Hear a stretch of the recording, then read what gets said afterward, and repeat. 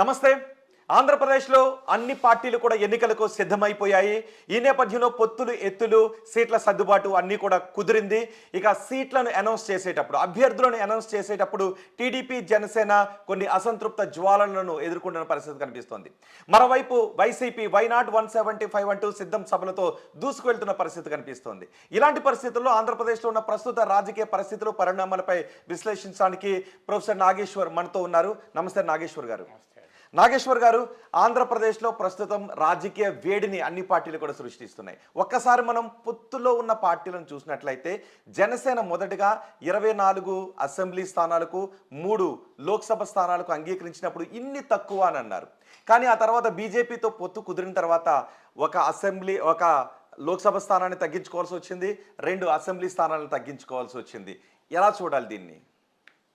అక్కడికన్నా ఇంకా ఏంటంటే ఆ తగ్గించుకున్న తర్వాత కూడా ఆ 21 మందిలో మళ్ళీ ఇప్పుడు భీమవరం నుంచి టీడీపీ అభ్యర్థి జనసేన అభ్యర్థిగా పోటీ చేస్తున్నాడు. పేరుకైన జనసేన అభ్యర్థి, కానీ ఇందాక మొన్న తెలుగుదేశం నుంచి జనసేనకు చేరాడు. సో అందువల్ల జనసేన తరఫున కూడా టీడీపీ అభ్యర్థులే పోటీ చేస్తే బీజేపీలో కూడా ఒక వర్గం ఇప్పుడు చెప్పేది అదే, పేరుకు మా బీజేపీ తరఫున వీళ్ళు పోటీ చేస్తారండి, కానీ వీళ్ళంతా ముందే మా పార్టీలోకి చంద్రబాబు నాయుడు పంపించేశాడు, వాళ్ళంతా బీజేపీ అభ్యర్థులుగా పోటీ చేసే టీడీపీ వారు అని కూడా బీజేపీలో ఒక వర్గం బలంగా వాదన పెడుతోంది. అందువల్ల అందులో ఇప్పుడు బీజేపీకి ఇచ్చిన సీట్లను బట్టి చూస్తే జనసేన పోటీ చేసే తక్కువ సీట్ల విమర్శ చాలా కాలంగా ఉంది. ముఖ్యంగా హరిరామజోగయ్య, ముద్రగడ పద్మనాభం లాంటి కాపు నేతలు లేఖల మీద లేఖలు రాశారు. కనీసం 50 సీట్లు ఒప్పుకోవాలి, 60 సీట్లు ఒప్పుకోవాలి, పవన్ కళ్యాణ్ ముఖ్యమంత్రి పదవి 2.5 ఏళ్ళు అడగాలి అంటూ జనసేన మద్దతుదారులు, కాపు నేతలు డిమాండ్ చేస్తూ వచ్చారు. దానికి కారణం ఏంటంటే ఇవాళ పవన్ కళ్యాణ్కి అవసరం ఉన్నమాట నిజం. ఆయన జనసేన బలంగా అసెంబ్లీలో ప్రవేశించాలి అంటే కేవలం బీజేపీతోనే పొత్తు పెట్టుకుంటే ఉపయోగం లేదు. జనసేన బీజేపీ కలిసిన ఎమ్మెల్యేలు గెలవడం అంత సులభం కాదు. అందువల్ల టీడీపీతో కలిస్తే తమకు అసెంబ్లీలో ఎంట్రీ ఉంటుంది అన్నది పవన్ కళ్యాణ్ వ్యూహం. ఆ వ్యూహము వ్యూహం వరకు నిజమే. కానీ ఈరోజు పవన్ కళ్యాణ్కు అసెంబ్లీలో కొంత రెస్పెక్టబుల్ నెంబర్తో ప్రవేశించడం అన్నదానికన్నా తెలుగుదేశానికి ఎన్నికలు జీవన్ మరణ సమస్య. నేను ఈ ఎన్నికల తర్వాత తెలుగుదేశం 2029లో చంద్రబాబు నాయుడు ఇదే స్థాయిలో క్రియాశీలకంగా ముందుండి నాయకత్వం వహించే అవకాశం వయసురీత్యా ఉండకపోవచ్చు. అప్పుడు నారా లోకేష్ వారసులవుతాడు. సో లోకేష్ వారసత్వం పైన ఇప్పటికీ తెలుగుదేశం వర్గాల్లో తీవ్రమైన అనుమానాలు ఉన్నాయి. మీకు తెలంగాణ, ఆంధ్రప్రదేశ్ కంపేర్ చేస్తే మనకు అర్థమవుతుంది. కేటీఆర్ను ఇక్కడ పార్టీ వర్కింగ్ ప్రెసిడెంట్ చేశాడు కేసీఆర్. చంద్రబాబు నాయుడు వర్కింగ్ ప్రెసిడెంట్గా లోకేష్ చేయలేకపోయాడు, ఆయన జనరల్ సెక్రటరీగానే పార్టీకి ఉన్నాడు. అలాగే ఇక్కడ కేటీఆర్ను సెకండ్ క్యాబినెట్లో నెంబర్ 2గా ప్రమోట్ చేశాడు. అందరికీ అర్థమైంది కేసీఆర్ తర్వాత ఆయనే అని. అన్ని శాఖలను రివ్యూ చేసేవాడు. మళ్ళీ గెలిస్తే ముఖ్యమంత్రిగా కేటీఆర్ అయ్యేవారని కూడా చర్చలు వచ్చాయి. కానీ అక్కడ లోకేష్కి ఆ రకమైన హోదా, ప్రత్యేక హోదా ఏమీ చంద్రబాబు నాయుడు ఇవ్వలేదు. కారణం ఇక్కడ 3 సార్లు అసెంబ్లీకి పోటీ చేసి కేటీఆర్ గెలిచాడు. లోకేష్ ఒకటేసారి అసెంబ్లీకి పోటీ చేసిన మంగళగిరిలో అది కూడా ఓడిపోయాడు. తర్వాత ఎమ్మెల్సీ అయి మంత్రి అయ్యాడు. సో ఈ కంపారిజన్ కనుక గమనిస్తే 2029కి లోకేష్ ఆ స్థాయిలో పార్టీకి నాయకత్వం ఇవ్వగలడా అన్న అనుమానాలు టీడీపీలోనే ఉన్నాయి. సో ప్రజల్లో ఈ మధ్య యువగలం యాత్ర ఇవన్నీ ఎన్ని తిరిగినా కూడా ఆ లీడర్షిప్ చంద్రబాబు నాయుడు ఖాళీ చేసే ప్లేస్ను, చంద్రబాబు నాయుడు క్రియాశీలకంగా నాయకత్వంలో లేనప్పుడు ఆ ప్లేస్ను ఫిల్ చేయగలిగే కెపాసిటీ లోకేష్కు ఉందా అనేటువంటి ప్రశ్నలు ఎదురవుతున్నాయి. దాంతోపాటు ఒక వర్గము జూనియర్ ఎన్టీఆర్ ప్రస్తావన తెస్తున్నారు. చాలా కాలంగా నారా కుటుంబము వర్సెస్ నందమూరి కుటుంబం నరేటివ్ ఉంది, చంద్రబాబు వర్సెస్ పురంధేశ్వరి, చంద్రబాబు వర్సెస్ హరికృష్ణ, ఇప్పుడు చంద్రబాబు వర్సెస్ జూనియర్ ఎన్టీఆర్ అనే దశ కూడా వచ్చింది చర్చ.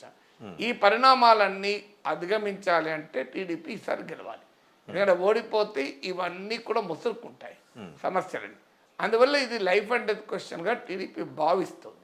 ఇలాంటి సమయంలో జనసేన గనక కలిసి రాకపోతే అసలు అవుట్ ఆఫ్ క్వశ్చన్. అసలు రిజల్ట్ అనేది యాంటిసిపేటెడ్. వైసీపీకి క్లియర్ ఎడ్జ్ ఉంటుంది. వైసీపీ వర్సెస్ టీడీపీ మాత్రమే పోటీ ఉంటే మీరు ఏ సర్వే అయినా చూడండి, ఏ క్షేత్రస్థాయి అంచనా అయినా చూడండి, క్లియర్గా ఇంకా వైసీపీ ఇంకా తన ఆధిక్యతను కంటిన్యూ చేసుకుంది. అంటే 2019 నాటి రాజకీయ పరిస్థితుల్లో క్వాలిటేటివ్ చేంజ్ లేదు. అందువల్లనే టీడీపీ జనసేన కలుపుకుంది. లేకపోతే ఎవరెందుకు కలుపుకుంటారో 170 సీట్లు తెలుగుదేశం పోటీ ఇస్తుంది కదా, సొంతగా గెలవగలిగే పరిస్థితి ఉంటే. అందువల్ల జనసేన కలుపుకున్నారు. సో ఇలాంటి అవసరం టీడీపీకి ఉండగా, అంటే టీడీపీ మనుగడకే ఇవాళ జనసేన కీలకమైంది. అది కూడా చంద్రబాబు నాయుడు అరెస్ట్ అయినప్పుడు, రాజమండ్రి సెంట్రల్ జైల్లో ఉన్నప్పుడు తెలుగుదేశం నాయకుడిగా ఉన్నవారు ఎవరు ముందుండలేని పరిస్థితి. లోకేష్ వెళ్ళేమో నాయక్ కోవిదులతో చర్చిస్తున్నానంటూ వారాల తరబడి రాష్ట్రానికి ఆవల ఢిల్లీలో ఉండడము, తెలుగుదేశం కార్యకర్తలు నాయకులకు ఒక రకమైన క్రైసిస్, అట్లా లీడర్షిప్ క్రైసిస్ ఉన్న సమయంలో పవన్ కళ్యాణ్ ఎంటర్ అయి ఆ పార్టీకి విశ్వాసాన్ని, కాన్ఫిడెన్స్ ఇచ్చాడు. దీనికి ఉదాహరణే రాజమండ్రి సెంట్రల్ జైలు ముందు మధ్యలో పవన్ కళ్యాణ్, ఒకవైపు బాలకృష్ణ, మరోవైపు చంద్రబాబు నాయుడు మన ఫోటో కనబడుతుంది. So what does it indicate? Pawan కళ్యాణ్కి ఆ రకమైన కీలక పాత్ర పోషించాడు. ఇన్ని చేసిన సమయానికి పవన్ కళ్యాణ్కు బలం గత 6-7% ఉండొచ్చు. కానీ పవన్ కళ్యాణ్ బలం 6-7% రాష్ట్ర వ్యాప్తంగా ఉన్న కొన్ని కాన్స్టిట్యున్సీలో 20% వరకు కూడా ఉంది. ఇది పవన్ కళ్యాణ్ కూడా చెప్పాడు. మండపేటలో మనకు 18% ఓటింగ్ వచ్చింది, ఇప్పుడైతే ఇంకా ఎక్కువ 25% దాకా ఉంటుందని. ఇలాంటి మండపేటలు చాలా ఉన్నాయి. తూర్పుగోదావరి, పశ్చిమ గోదావరి, కృష్ణా, గుంటూరు, ఆ పైన కొద్దిగా విశాఖ ఆనుకోని అనకాపల్లి వరకు.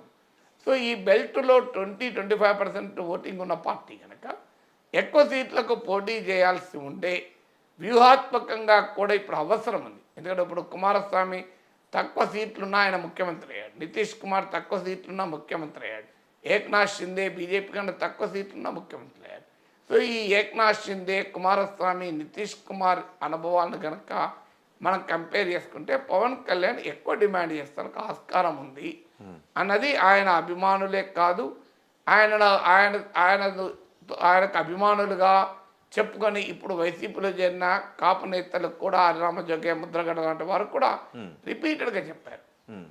కానీ కారణం ఏదైనా పవన్ కళ్యాణ్ చెప్పాడు, మనకు బూత్ కమిటీలు ఉన్నాయా, బూత్ స్థాయిలో నాయకులు ఉన్నారా అంటే మనకు లీడర్షిప్ లేదు అన్నది ఆయనే ఒప్పుకొని 24 సీట్లకు అంగీకరించాడు. అక్కడ దాకా బాగానే ఉంది. కానీ ఎప్పుడైతే బీజేపీ ఎంటర్ అయిందో ఓ ప్రశ్న మొదలైంది. అయ్యా మన బీజేపీకి ఉన్న బలం ఎంత, పవన్ కళ్యాణ్కి లేనిది ఏంటి, బీజేపీకి ఉన్నది ఏంటి? బీజేపీకి 100 కన్నా తక్కువ 1% ఓటింగ్ ఉంది. పవన్ కళ్యాణ్కు 6-7% ఓటింగ్ వచ్చింది. బీజేపీ పట్ల ప్రజల్లో కోపం ఉంది. ఎందుకంటే విశాఖ స్టీల్ ప్లాంట్ అమ్మేస్తున్నారు, ప్రతి ఒక్క అది ఇవ్వలేదు, అమరావతిని కాపాడలేదు, విభజన హామీలు అమలు చేయలేదు, రాష్ట్ర విభజనకు కాంగ్రెస్ పార్టీతో సహకరించింది. ఇలా 1,00,000 కారణాలు ఆంధ్రప్రదేశ్ ప్రజలకు బీజేపీ మీద కోపం ఉండేది. సో బీజేపీతో కలిస్తే లాభం ఎంతో తెలియదు, కానీ కొన్ని వర్గాల ఓటర్లు దూరమయ్యే అవకాశం కూడా ఉంది. బీజేపీకి నాయకత్వం ఉన్నదా అంటే బీజేపీకి నాయకులు లేరు. పవన్ కళ్యాణ్ లాంటి జనాదరణ, కరిష్మా కలిగిన లీడర్ లేడు.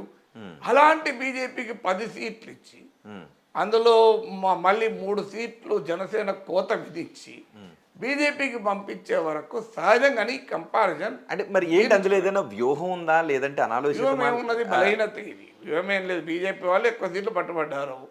మరి వాళ్ళ దగ్గర వాళ్ళకి నాయకులు లేకపోవచ్చు. కానీ బీజేపీకి ఈడీ ఉంది కదా, సిబిఐ ఉంది కదా, ఐటీ ఉంది కదా, పవన్ కళ్యాణ్కి ఇవే లేవు కదా. సో అందువల్ల ఈడీ, సిబిఐ, ఐటీ ఉన్న వాళ్ళకు ప్రీమియం రేట్ ఉంటుంది కదా. సో అందుకొరకు వాళ్ళకు 1% ఓటింగ్ ఉన్నా 10 సీట్లు ఇచ్చారు. మరి 7% ఓటింగ్ ఉన్న వాళ్ళకి ఎన్ని ఇవ్వాలి? 70 సీట్లు ఇవ్వాలి. ఆ లెక్కన, అంకగణిత లెక్కన, కెమిస్ట్రీ లెక్కన ఇంకెక్కువ ఉండాలి. ఎందుకంటే టీడీపీ ఇవాళ ఈ స్థాయిలోనైనా పోటీ ఇవ్వగలుగుతుందంటే జనసేన పుణ్యమే. మరి ఆ లెక్కలు పవన్ కళ్యాణ్ ఎందుకు వేసుకోలేదంటారు? పవన్ కళ్యాణ్ వేసుకోకపోయి ఎందుకు వేసుకోవాలో ఆయన చెప్పాలి, నేను చెప్పలేను. కానీ వేసుకోవాల్సి ఉండే అని మాత్రం నేను చెప్పగలను. కరెక్ట్.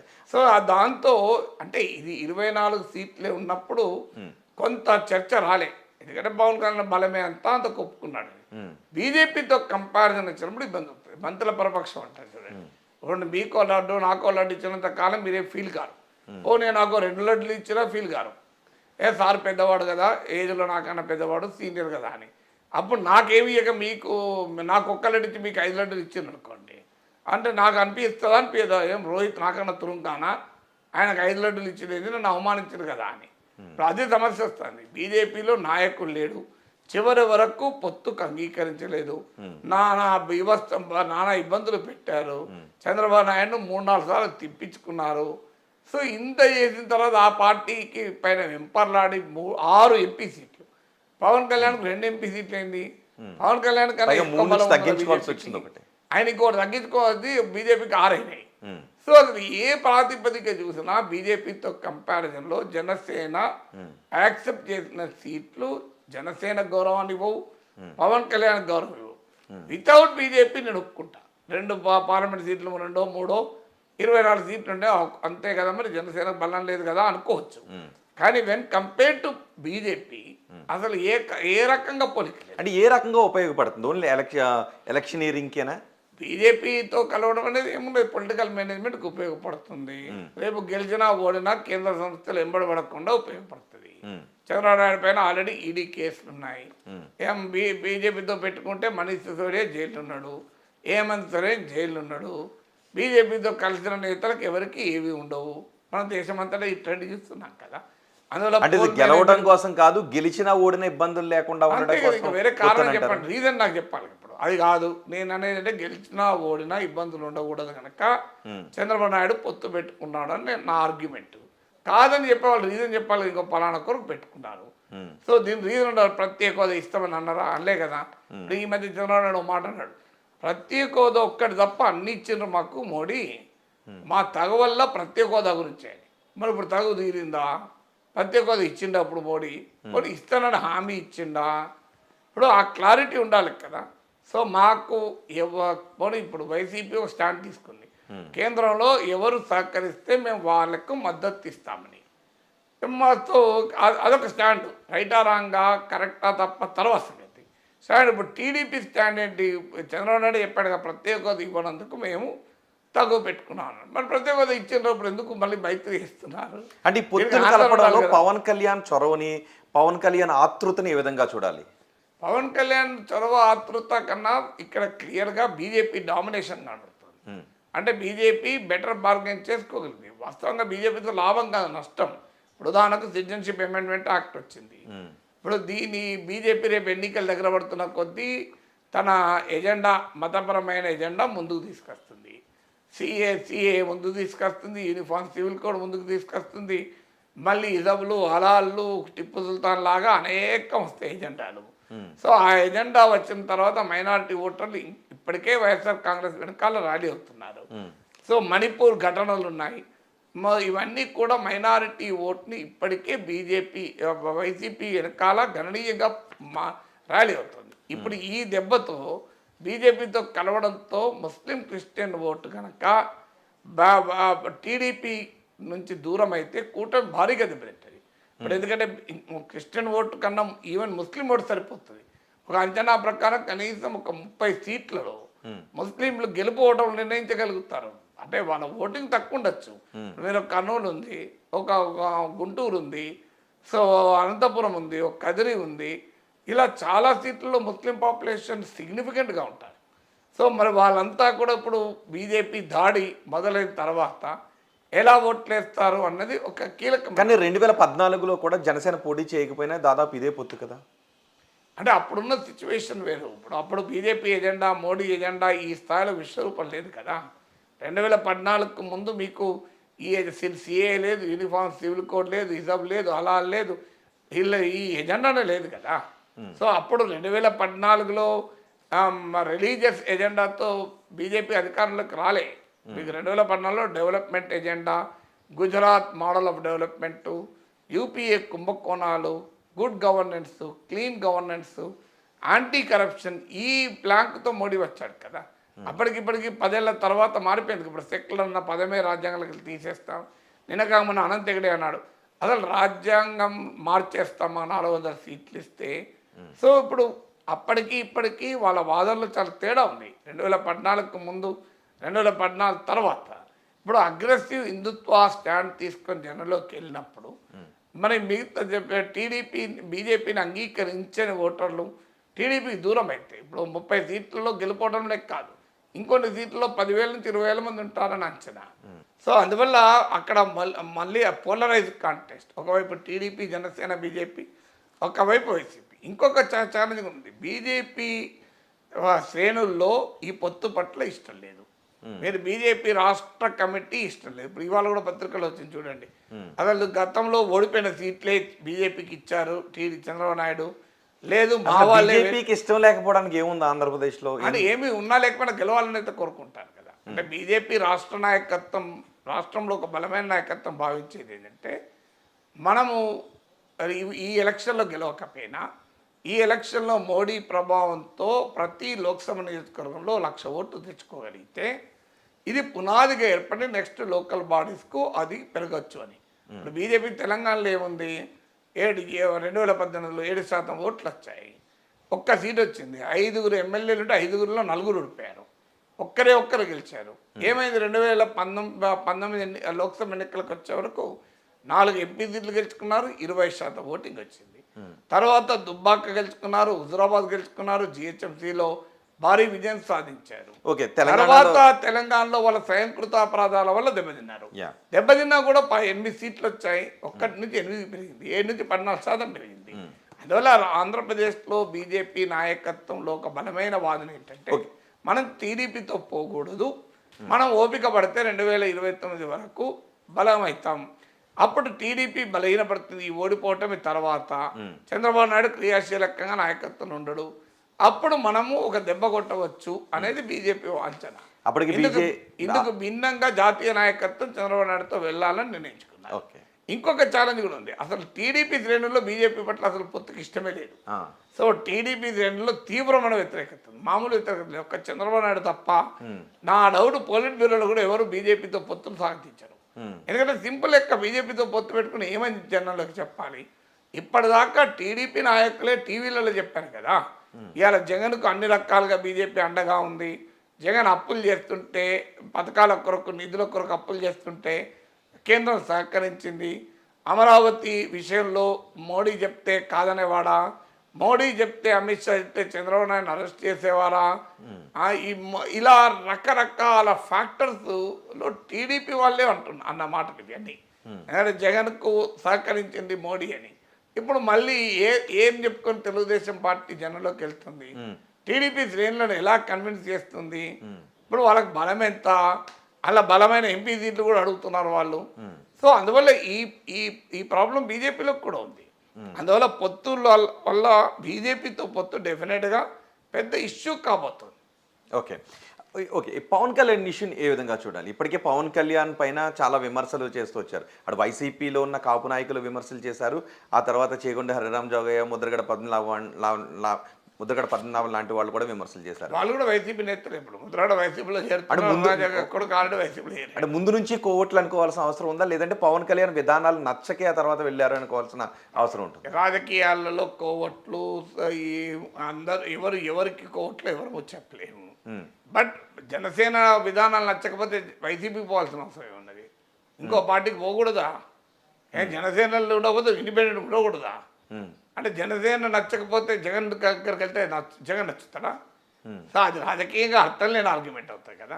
నీకు నచ్చకపోతే నువ్వే సొంత పార్టీ పెట్టుకో, నచ్చకపోతే వేరే ఇండిపెండెంట్గా ఉండు. నువ్వు నిన్నటిదాకా జనసేన అభిమాని, ఇవాళ జగన్ అభిమానం అంటే రెండిట్లో సాధ్యమవుతాయి. సో అది రాజకీయ అవకాశవాదం అవుతుంది కదా. జనసేన పైన కాపు ఉద్యమ నేతలుగా వాళ్ళు అనేక కీలక ప్రశ్నలు రైజ్ చేశారు, కానీ వాళ్ళు ఒక్కసారి వైసీపీలో చేయడంతో వాళ్ళ క్రెడిబిలిటీ క్వశ్చనబుల్ అయింది కదా. నాగేశ్వర్ గారు, ఏ రాజకీయ పార్టీ అయినా సరే మనం ఎన్నికల్లో గెలుస్తాం, మనం అధికారంలోకి వస్తాం అనే ఒక ఉత్సాహాన్ని జనాల్లో కనిపించాలి, నమ్మకాన్ని కలిగించాలి. ఈవెన్ ప్రజాశాంతి పార్టీ నుంచి కూడా కేపాల్ కూడా అదే చెప్తాడు, మేము అధికారంలోకి వచ్చేస్తున్నాం, అన్ని స్థానాల్లోనూ గెలుస్తామని. కానీ జనసేన నాయకుడు అలాంటి నమ్మకాన్ని ఏ స్థాయిలోనూ కేడర్లో కల్పించలేకపోతున్నాడనే ఒక విమర్శ. జనసేన పోటీ అయితే 24 సీట్లు కదా, మేమే అధికారంలోకి వస్తాం, ఆయన అధికారంలో కూటమి అధికారంలోకి వస్తుందని రోజు చెప్తున్నాడు కదా, కూటమి అధికారంలోకి వస్తుందని రోజు చెప్తున్నాడు. అందులో జనసేన అధికారంలోకి వస్తాను ఎట్లా చెప్తాను? అంటే అధికారం అంటే సీట్ షేరింగ్ అని కానీ, లేదంటే మనం అధికారంలో భాగస్వాములు అవుతాం అనేటటువంటి బలాన్ని ఇవ్వలేకపోతున్నారు. మనకు అంత బలం ఉందా, మనకు అంత బలం లేదు అని చెప్తున్నారు. ఎవరు చెప్పారు ఇవ్వలేకపోతున్నారని? అంటే రేపు కూటమి అధికారంలోకి వస్తే పవన్ కళ్యాణ్ మంత్రిగా ఉంటాడా?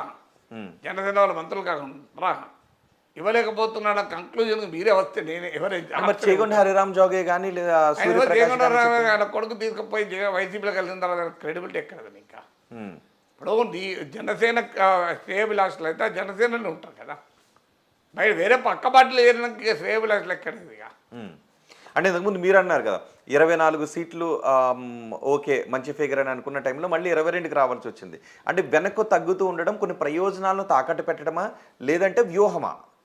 అందులో వ్యూహం ఏముంటుంది? బీజేపీని అకామిడేట్ చేయాలి కనుక తగ్గించుకోవాల్సి వచ్చింది. అసలు జనసేనకు ఆ స్థాయిలో బలం లేదు అనేది మరోసారి రుజువైంది కదా. సో ఆయనకు అవకాశం ఉండి వ్యూహాత్మకంగా బాటర్ బార్గెన్ చేయాల్సి ఉండే కానీ చేయలేకపోయాడు అనేది క్లియర్. ఎందుకంటే నాయకత్వం లేదు అలా. సో జనసేనలో బలమైన నాయకులు ఎంతమంది ఉన్నారు? సో అలా అయితే బీజేపీతో పోల్చినప్పుడు ఈ సమస్య వచ్చింది. బీజేపీతో పోల్చినప్పుడు ఈ సమస్య వచ్చేది కాదు. సరే ఇక్కడ ఒక క్వశ్చన్ అరైజ్ అవుతుంది. 10 ఏళ్ల పార్టీ ప్రస్థానంలో పార్టీని సమర్థవంతంగా నిర్మించలేకపోయారు. దీనికి కారణం చంద్రబాబుని ముఖ్యమంత్రిని చేయాలనే ఉద్దేశమే మొదటి నుంచి పవన్ కళ్యాణ్లో ఉంది అని వైసీపీ నేతలు అంటున్నారు. అది వైసీపీ వారు వాదన. అప్పుడు పవన్ కళ్యాణ్కు ఆయన ముఖ్యమంత్రి కావాలంటే తప్ప చంద్రబాబు ముఖ్యమంత్రి కావాలని ఆయనకి ఎందుకు ఉంటుందండి? సో అది ప్రత్యర్థులు వాదిస్తారు. ఎవరైనా తాను ముఖ్యమంత్రి కావాలని కోరుకుంటారు కదా. సొంత పార్టీలోనే వేరే నాయకుడిని ముఖ్యమంత్రి కావాలని కోరుకోరు కదా. కానీ రియాలిటీ ఏంటంటే పవన్ కళ్యాణ్ ఆ రకంగా కేంద్రీకరించలే. ఇప్పుడు ఈ మధ్య ఆయన రాజకీయాల్లో చాలా సీరియస్గా ఈ 2 ఏళ్ళ నుంచి అన్న తిరుగుతున్నాడుగా. అంతకుముందు వైసీపీ చెప్పేవాళ్ళు కదా ఇంటర్వెల్ ఎక్కువ సినిమా తక్కువ అని. సో ఆయన ఎపిసోడల్ యాక్టివిటీగా పొలిటికల్ యాక్టివిటీ ఉండే. అప్పుడప్పుడు వచ్చేవాడు, ఒక ఈవెంట్ పార్టిసిపేట్ చేసేవాడు, వెళ్ళిపోయేవారు. సో ఒక కాన్సన్ట్రేట్ చేసి పార్టీ నిర్మించి లీడర్షిప్ను డెవలప్ చేసే ప్రయత్నం అయితే చేయలేదు. ఆ రకమైన లోపం క్లియర్గా జనసేనలో ఉన్నమాట నిజం. సో 10 ఏళ్ళు అనేది సమస్య కాదు. ఇప్పుడు కాంగ్రెస్ పార్టీకి 100 ఏళ్ల పై చదువుతుంది. కాంగ్రెస్కి ఏమున్నది? ఆంధ్రప్రదేశ్లో 1% ఓటింగ్ ఉంది కదా. జనసేన కనీసం 6-7% ఉంది. బీజేపీ పుట్టి 40 ఏళ్ళు అయిపోయింది. ఆంధ్రప్రదేశ్లో 1% ఓటింగ్ లేదు కదా. కమ్యూనిస్టులు పుట్టి 100 ఏళ్ళు అయింది. వాళ్ళకి ఓటింగ్ ఎంత ఉన్నది? సో ఆ ఇయర్స్ అనేది ఇష్యూ కాదు. ఇయర్స్ అనేది ఆ 10 ఏళ్ళు అయింది కదా పవన్ కళ్యాణ్ ఇంకేం చేయలేదు అంటే అదేమన్నా క్లర్క్ జూనియర్ ఎల్డీసీగా చేరితే 10 ఏళ్లలో యూడీసీ అవుతాను అన్నట్టు ఉండదు కదా రాజకీయాలు. 10 ఏళ్ళు 8 నెలల్లో ఎన్టీ రామారావు ముఖ్యమంత్రి అయ్యాడు. సో రాజకీయాల్లో 8 ఏళ్ళు 10 ఏళ్ళు ఉండదు. జగన్మోహన్ రెడ్డి 2-3 పార్టీ పెట్టిన 2-3 ఏళ్లలో ప్రధాన ప్రతిపక్ష నేత అయ్యాడు. 8 ఏళ్ళలో ముఖ్యమంత్రి అయ్యాడు కదా. సో అందువల్ల అలా ఉండదు. రేవంత్ రెడ్డి కాంగ్రెస్లో చేరని 5-6 ఏళ్ళకి సీఎం అయ్యాడు. కాంగ్రెస్లో 50 ఏళ్ళ నుంచి ఉన్న వాళ్ళు కూడా సీఎంలు కాలే కదా. రాజకీయాల్లో seniority and number of years ఉండదు. అయితే జనసేనను ఆ స్థాయిలో నిర్మాణము కార్యాచరణ చేయలేకపోయాడు, చేయలేదన్నది నిజం. దానికి ఎవరి ఇంటర్ప్రిటేషన్ వారికి ఉండొచ్చు. సో అందువల్ల పవన్ కళ్యాణ్ డీలెజిటిమైజ్ చేయాలి కనుక వైసీపీ ఆయన చంద్రబాబు నాయుడు కొరకే చేయలేదో విమర్శించవచ్చు. కానీ పవన్ కళ్యాణ్ ముఖ్యమంత్రి పదవి ఇద్దామంటే నాకు వద్దు, లోకేష్కి అని నేను అంటాడా? నాకు చెప్పండి. లేదు నాకు వద్దు, మీరే ఉంచుకోండి చంద్రబాబు అని అంటాడా? అవకాశం అయితే ఎవరైనా ముఖ్యమంత్రి పదవి కోరుకుంటాం కదా. ఓకే, ఇప్పుడు సీట్ల అనౌన్స్మెంట్ దగ్గరకు వచ్చేసరికి జనసేన అనౌన్స్ చేస్తున్నటువంటి సీట్ల విషయంలో కొంత గందరగోళం నెలకొంది. అలాగే టీడీపీ అనౌన్స్ చేస్తున్న సీట్ల విషయంలోనే గందరగోళం నెలకొంది. ముఖ్యంగా ఒకసారి మనం పిఠాపురం నుంచి చూసుకుంటే వర్మ నేను ఇండిపెండెంట్గానైనా పోటీ చేస్తాననే స్థాయిలోకి వస్తుంది. ఎలా చూడాలి దాన్ని? ఇప్పుడు ఏ పార్టీలో గందరగోళం నాకు చెప్పండి. ఒక పార్టీలో అభ్యర్థులు అనౌన్స్ చేసిన తర్వాత గందరగోళం లేని రాజకీయ పార్టీ పేరు చెప్పండి నాకు. ఎమ్మెల్యేలు అన్ని పార్టీలకు రిజైన్ చేస్తున్నారు కదా. ఇది ప్రతి పార్టీలో ఉండే సహజ పరిణామం. ఇప్పుడు వైసీపీ నుంచి కోటరెడ్డి శ్రీధర్ రెడ్డి ఎందుకు రాజీనామా చేశాడు? ఆనం రామనారాయణ రెడ్డి ఎందుకు రాజీనామా చేశాడు? మేకపాటి చంద్రశేఖర్ రెడ్డి ఎందుకు రాజీనామా చేశాడు? ఉండవల్లి శ్రీదేవి ఎందుకు రాజీనామా చేశాడు? అంటే ఎందుకు రాజీనామా సస్పెండ్ చేశారు కదా. సస్పెండ్ ఎక్కడ? రాజీనామా చేశాక సస్పెండ్ చేశాడు. కర్నూలు ఎంపీ సంజయ్ ఎందుకు రాజీనామా చేశాడు? బాలశౌర్ ఎందుకు రాజీనామా చేశాడు? ఆళ్ళ రామకృష్ణారెడ్డి ఎందుకు రాజీనామా చేసి మళ్ళీ వచ్చాడు? ఇంత పెద్ద లిస్ట్ చెప్పాలి. ఇంకా 3 మంది రాజీనామా చేస్తారు కదా. వసంత కృష్ణప్రసాద్ ఎందుకు వెళ్ళిపోయాడు? సో పార్థసారథి ఎందుకు వెళ్ళిపోయాడు? సిట్టింగ్ ఎమ్మెల్యే, మాజీ మంత్రి.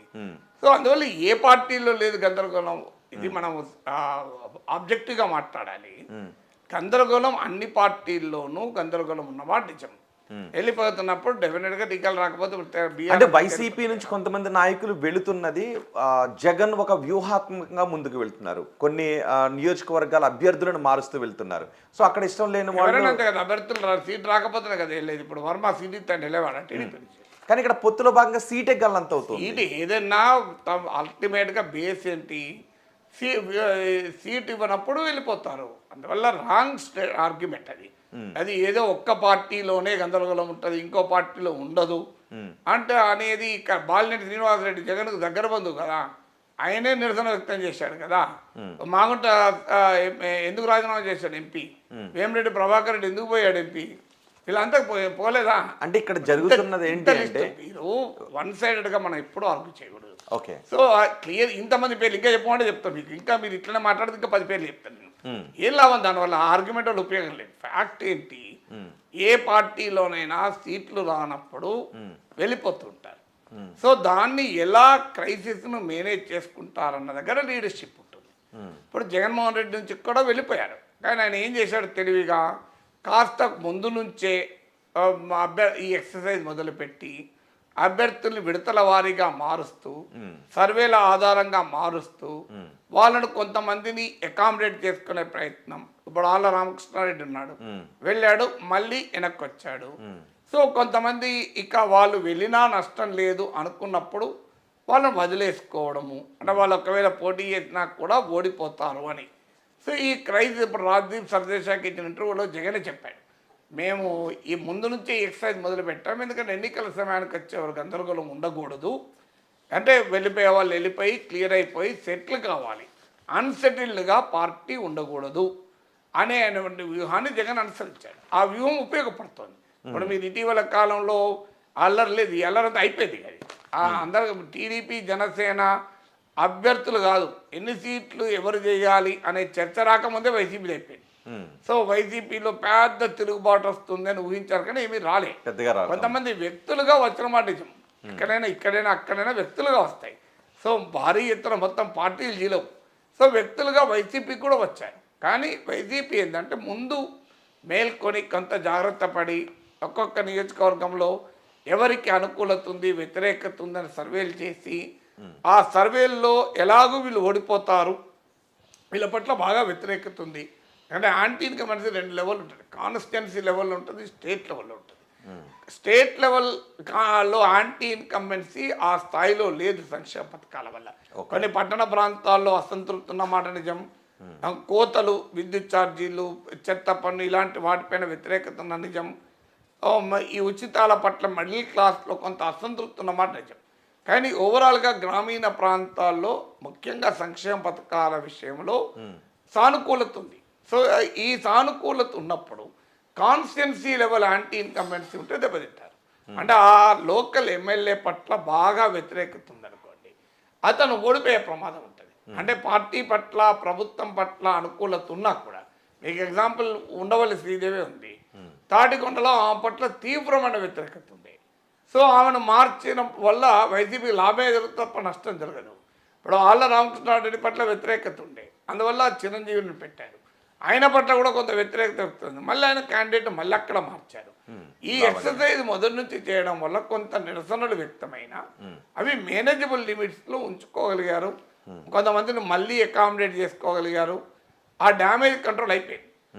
టీడీపీ జనసేన చేసిన మిస్టేక్ ఏంటంటే బీజేపీ వస్తుందని, ఎవరో వస్తారని, ఏదో చేస్తారని ఎదురు చూసి మోసపోకుమా అన్నట్లు ఆ బీజేపీ కోసం పడిగాపులు కాసి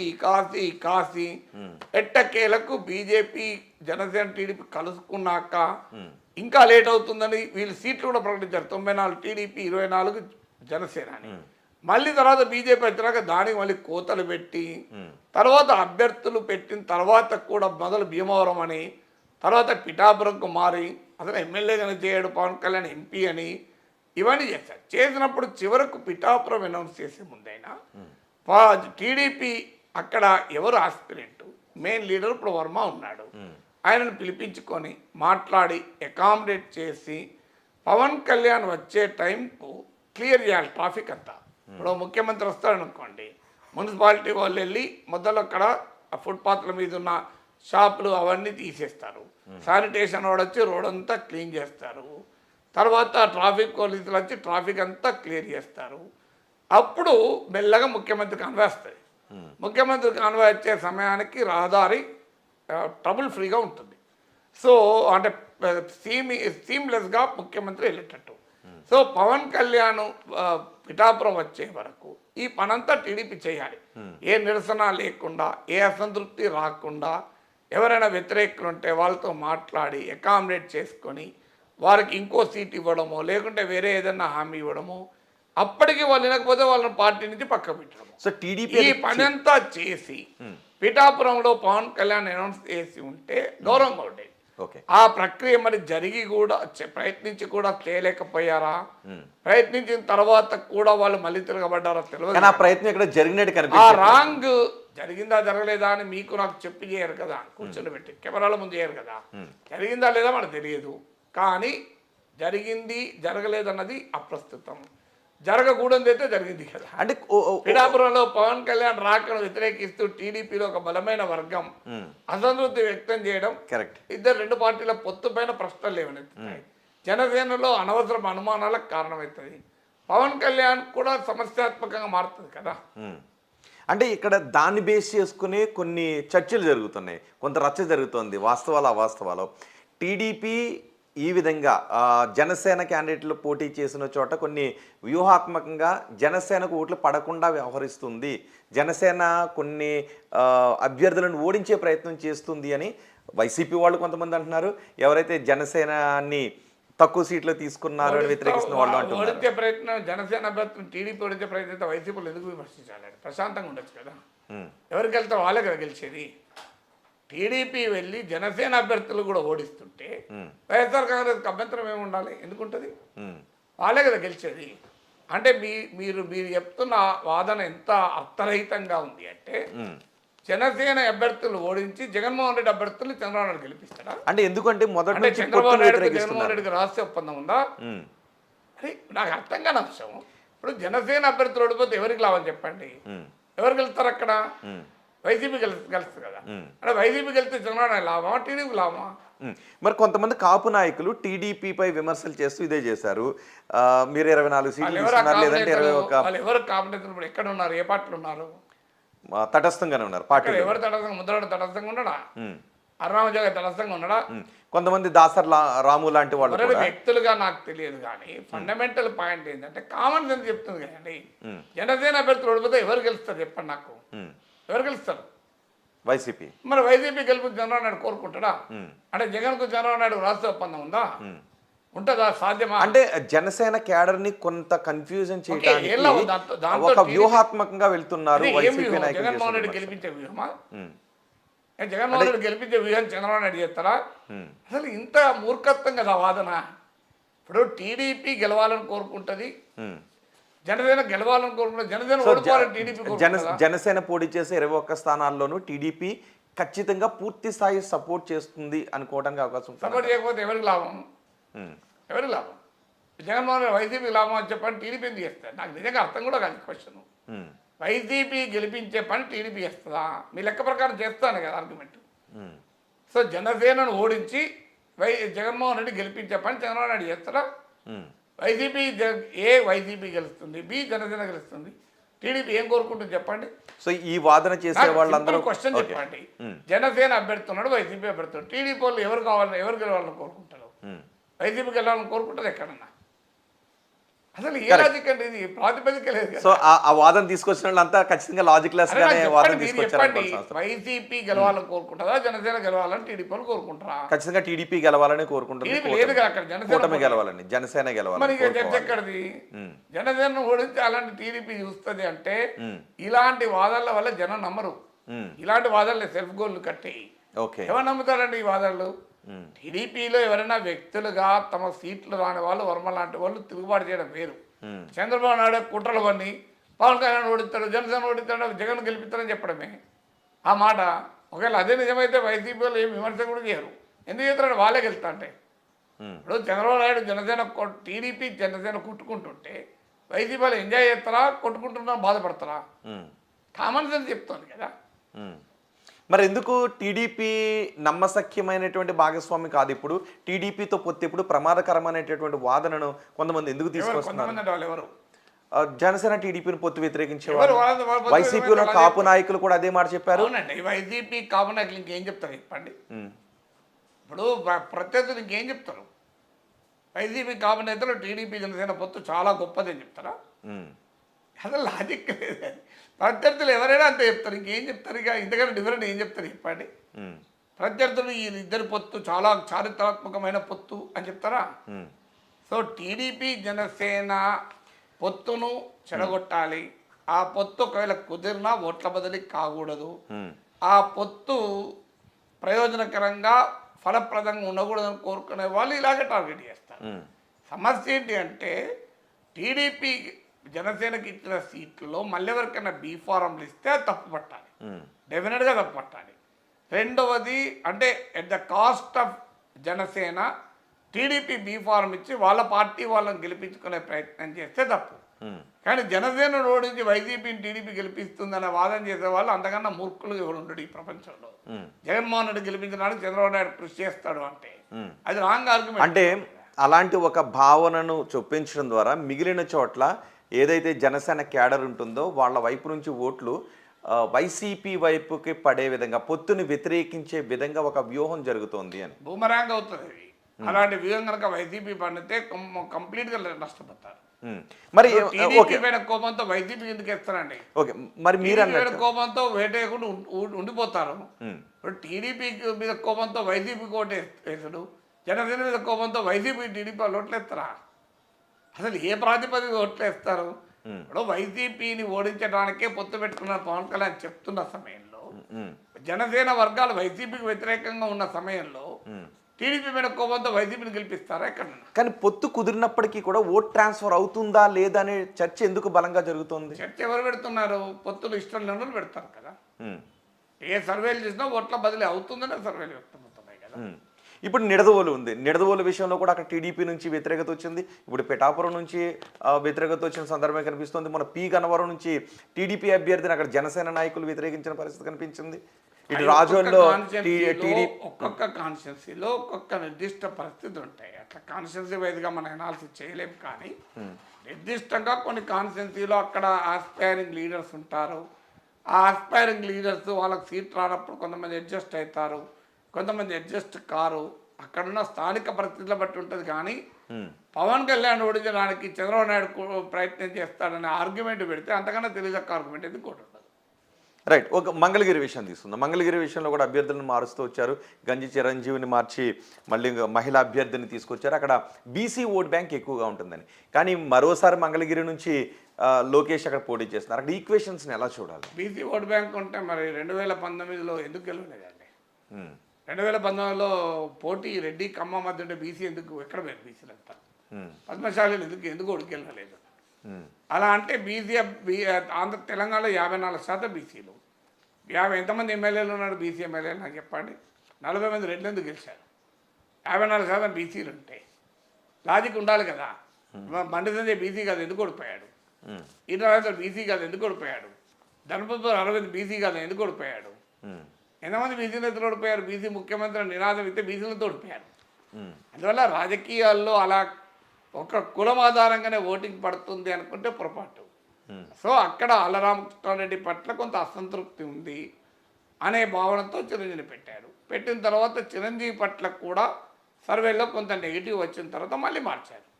అంతే తప్ప అక్కడ బీసీలంతా ఒక పొలం అంటూ ఒక్కవైపు వేస్తానంటే ఆంధ్రప్రదేశ్లో రెడ్ల రాజ్యం కమ్మల రాజ్యం ఎందుకుంటో చెప్పండి.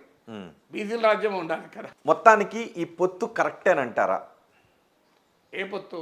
టీడీపీ జనసేన బీజేపీ అంటే జనసేన టీడీపీ పొత్తు మొదటి నుంచి కూడా వైసీపీకి వ్యతిరేకంగా ఓటు చీలకూడదు అని ఒక పొలిటికల్ నరేటివ్ ఆధారంగా పొత్తుకున్నారు. రాజకీయాల్లో తాము ఒక్కరమే ఓడించలేమనుకున్నప్పుడు ఇతరుల సహకారం తీసుకొని ఎన్నికల్లో పోటీ చేస్తుంటారు. దేశవ్యాప్తంగా ఇలాంటి పొత్తులు అనేకం ఉన్నాయి. టీడీపీ జనసేనలు మాత్రమే ఈ పొత్తులు మొదలు పెట్టలేదు. ఈ జగన్మోహన్ రెడ్డి ఫాదర్ అయిన రాజశేఖర్ రెడ్డి లాంటి స్ట్రాంగ్ లీడర్ కూడా 2004లో వామపక్షాలతో టీఆర్ఎస్తో పొత్తు పెట్టుకుని గెలిచాడు, ముఖ్యమంత్రి అయ్యాడు. 2009కి వచ్చే వరకు సొంతగా పోటీ చేసి గెలిచాడు. అందువల్ల పొత్తులు అనేది ఎవరు పెట్టుకోరు, అదేదో టీడీపీ జనసేన పెట్టుకుంటుంది అనేది కరెక్ట్ కాదు. అయితే ఆ పొత్తును ప్రజలు అంగీకరిస్తారా లేరా అనేది ప్రాతిపదిక. సో ఆ అంగీకరించగలిగే కన్విన్సింగ్ పొలిటికల్ నరేటివ్ జనం ముందు పెట్టగలరా? టీడీపీ జనసేన గత కొంతకాలంగా జగన్మోహన్ రెడ్డి బలంగా ఉన్నాడు కనుక ఆయనను ఓడించాలి అంటే సో మనం కలవాల్సిందే. విడివిడిగా పోటీ చేస్తే జగన్ ఓడించలేము. ఉమ్. ఈ జగన్ను ఓడించాలి అంటే అందరము కలవాలి. అదే అంటే ఆ విడివిడిగా పోటీ చేస్తే ఓడించలేము, జగన్ అంత బలంగా ఉన్నాడు. ఈ బలానికి కారణం ఏంటి? జగన్ అంత బలంగా ఉండటానికి కారణం ఏంటి? కలుస్తారు ఎదురువాడు ఎందుకు కలుస్తారు? No, no, అంటే జగన్ అంత బలంగా ఉండటానికి కారణం అనేక ఏంటి? కారణాలు ఉండొచ్చు. బలంగా ఉన్నాడు అన్నది ఫ్యాక్ట్. బలంగా ఉంటేనే కదా, ఎందుకు కలుస్తా లేకపోతే. ఉమ్, ఒక టీడీపీని వైసీపీని ఓడించగలిగే శక్తి ఉంటే టీడీపీ ఒకదే పోటీ చేస్తుంది కదా. అది లేదన్నది నిజం. అది లేదు కనుకనే అందరూ కలవాలనుకున్నారు. ఆ పొలిటికల్ నెరేటివ్ ఓకే, కానీ మధ్యలో బీజేపీతో కలవడమే ఎవరికి అర్థం కాని అంశం. ఎందుకంటే బీజేపీ 1% కన్నా ఎక్కువ ఓటింగ్ లేదు, నోటా కన్నా తక్కువ ఉంది.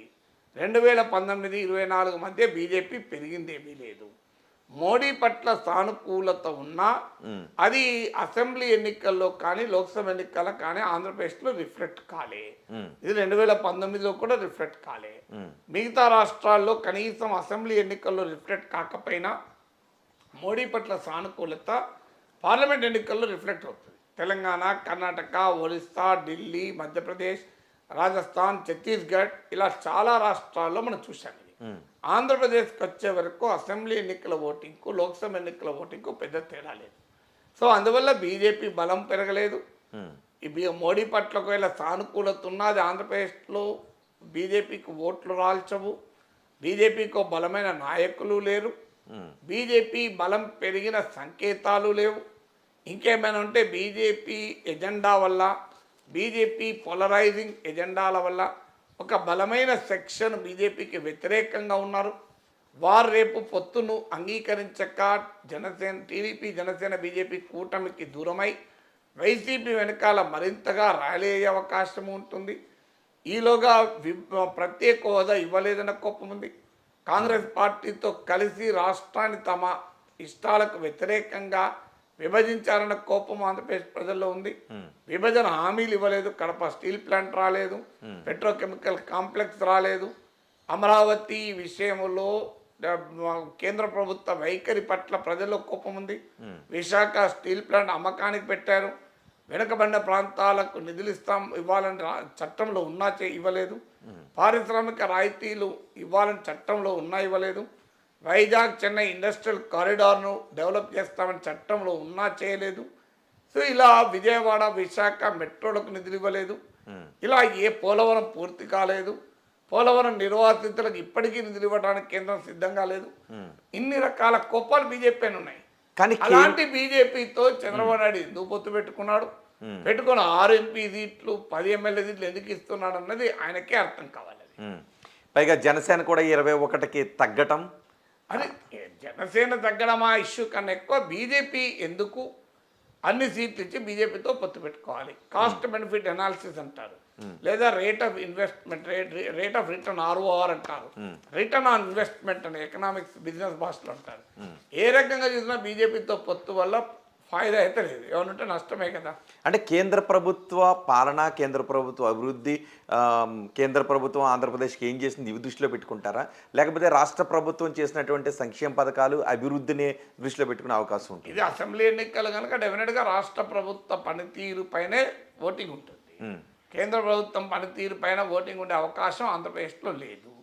తర్వాత ఇక్కడ ఇంకోప్పుడు చంద్రబాబు నాయుడు చెప్తున్నట్టు ఇది రాష్ట్ర ప్రయోజనాల కొరకు, సో మేము ఆంధ్రప్రదేశ్ అభివృద్ధి చేయాలంటే కేంద్రం సహకారం కావాలని 2014లో కూడా ఇదే తీరు చెప్పి అధికారంలోకి వచ్చారు. ఎందుకంటే రాష్ట్రం విడిపోయింది, విభజిత ఆంధ్రప్రదేశ్కు కేంద్రం సాయం కావాలి, అందుకొరకు మేము బీజేపీతో పొత్తు పెట్టుకుంటున్నాం అన్నారు. ఎందుకంటే కేంద్రంలో మోడీ ప్రైమ్ మినిస్టర్ అయ్యే అవకాశం. 2018కి వచ్చేవారు చంద్రబాబు నాయుడు ఏం చెప్పాడు, మోడీ రాష్ట్రానికి అన్యాయం చేశాడు, మోడీ దేశానికి అన్యాయం చేశాడు, మోడీ అనే వ్యక్తి దేశానికే ప్రమాదకరం, ఆంధ్రప్రదేశ్కి అయితే పూర్తిగా అన్యాయం చేశాడు అని చెప్పాడు. మరి ఆ తర్వాత న్యాయం చేశాడా? మరి ఇందులో ఏది 2019 ఎన్నికలకు ముందు ఎన్డీఏ నుంచి టీడీపీ బయటికి రావటానికి ఏ కారణాలు అయితే చెప్పారో ఆ కారణాలు ఇప్పటికీ వాలేదు కదా. కానీ ఆంధ్రప్రదేశ్కి రావాల్సిన ప్రయోజనాలపై కేంద్రంతో పోరాడే విషయంలో అటు వైసీపీ, టీడీపీ రెండు ఒకటే, ఇంక్లూడింగ్ జనసేన కూడా ఒకటే అనేటటువంటి ఒక చర్చ. పోరాడి ఎందుకు రాలేదు? ఎవరు పోరాడి నాకు ఎవరో పోరాడలేదు అని రోడ్డు పైన ఏమన్నా నిరసనలు చూసామా? ఏ పోరాటాలు జరిగాయి? అదే వైసీపీ అంతే టీడీపీ అంతే అనే ఒక చర్చ ఉంది. ఏమండి అందులో వైసీపీ ఎంతో టీడీపీ అంతే. అంటే రెండు వైసీపీ టీడీపీ జనసేన 3 పార్టీలు కూడా కేంద్రం పైన పోరాడలేదు. జనసేన ఎన్డీఏలోనే ఉంది, పోరాడమని అవకాశమే లేదు. వైసీపీ టీడీపీ 2 పార్లమెంట్లో ఒకే రకంగా ఓటేసాయి కదా. మీరు 2019 నుంచి 24 వరకు చూడండి. మీరు ఇంక్లూడింగ్ లేటెస్ట్గా అవిశ్వాస తీర్మానం విషయంలో కూడా వైసీపీ టీడీపీ 2 బీజేపీకి అనుకూలంగా ఓటేశాయి. 2019కి ముందు ఈ 2 పార్టీలు పోటీపడి అవిశ్వాస తీర్మానం పెట్టాయి మోడీ ప్రభుత్వం. ఇప్పుడు మోడీ ప్రభుత్వానికి పోటీపడి మద్దతు ఇచ్చాయి కదా. సో ఇప్పుడు ఆంధ్రప్రదేశ్లో పొత్తుల ప్రభావం చూపిస్తుందా, లేకపోతే రాష్ట్ర ప్రభుత్వం చేసిన సంక్షేమ పథకాలు? ఫ్యాక్టర్స్ ఉంటాయి. ఇప్పుడు దోశ వాళ్ళ టేస్టీ ఉంటుందా, చట్నీ ఉంటే టేస్ట్ ఉంటుందా, పొడి నెయ్యి ఉంటే టేస్ట్ ఉంటుందా, హోటల్ అంబియన్స్ మంచిదా, అది కడుపులో ఆకలి అయితే టేస్ట్ ఉంటుందా అంటే అన్నీ ఉంటాయి కదా. సో ఒక్కటే ఉంటుందా? అంటే నిజానికి పొత్తు ఎప్పుడు పెట్టుకుంటారు అంటే, మనం అంత బలంగా లేము, ప్రత్యర్థి చాలా బలంగా ఉన్నాడు అనుకున్నప్పుడే సహజంగా పొత్తు అవసరమైనది ఏర్పడుతుంటుంది. సో ఆంధ్రప్రదేశ్లో అభివృద్ధి అంతగా జరగలేదు అని చర్చ జరుగుతూ ఉన్నప్పటికీ కూడా సంక్షేమ పథకాల విషయాన్ని ఆధారంగా చేసుకునే ఎన్నికలకు వెళ్తుందా వైసీపీ? అది ఓపెన్గా చెప్తున్నారు కదా. జగన్మోహన్ రెడ్డి చెప్తున్నప్పుడు ప్రశ్న ఎక్కడది అది. సో మీరు ఇంటింటికి వెళ్ళి చెప్పండి, జగన్ అన్న గెలిస్తేనే పథకాలు ఉంటాయి, అందువల్ల పథకాల నుంచి ఓటేయండి వైసీపీ చెప్తున్నప్పుడు ఇంకా ప్రశ్నకు ఆన్సర్ అండర్స్టూడ్ కదా. Right, thank you very much Nageshwar garu. ఆర్టీవీకి అందుబాటులోకి వచ్చి ఆంధ్రప్రదేశ్ ప్రస్తుత రాజకీయాలు పరిణామాలపై మీ విశ్లేషణ అందించినందుకు. ఇవి ఆంధ్రప్రదేశ్ ప్రస్తుత రాజకీయాలపై ప్రొఫెసర్ నాగేశ్వర్ గారి విశ్లేషణ. తాజా సమాచారం కోసం చూస్తూనే ఉండండి ఆర్టీవీ.